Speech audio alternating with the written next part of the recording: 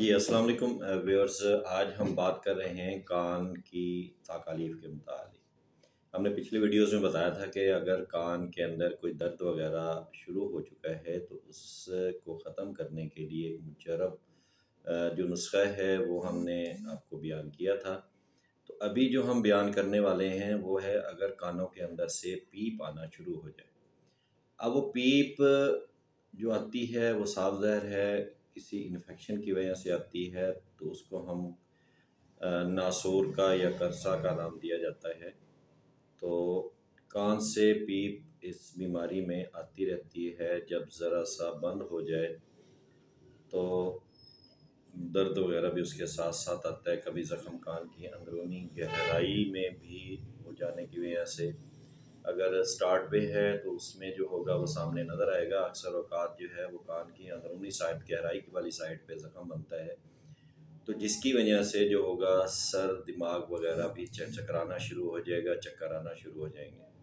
तो इसलिए एलोपैथिक में इसका कोई कामयाब इलाज नहीं है, या अक्सर औक़ात बहुत अरसा इसका इलाज करना पड़ता है। तो तिब्बे यूनानी में इसके बहुत से मुजरबात नुस्खे जात हैं जो कि इसके लिए काफ़ी फ़ायदेमंद कारआमद हैं अगर कानों से पीप आना शुरू हो रही है तो।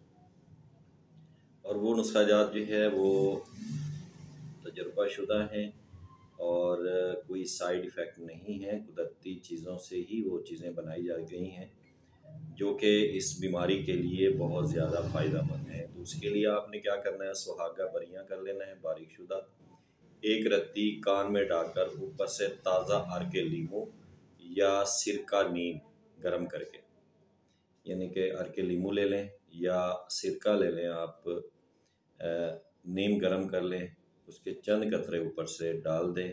चंद रोज़ में बवज़ला सेहत हो जाएगी। मुजरब नुस्खा है।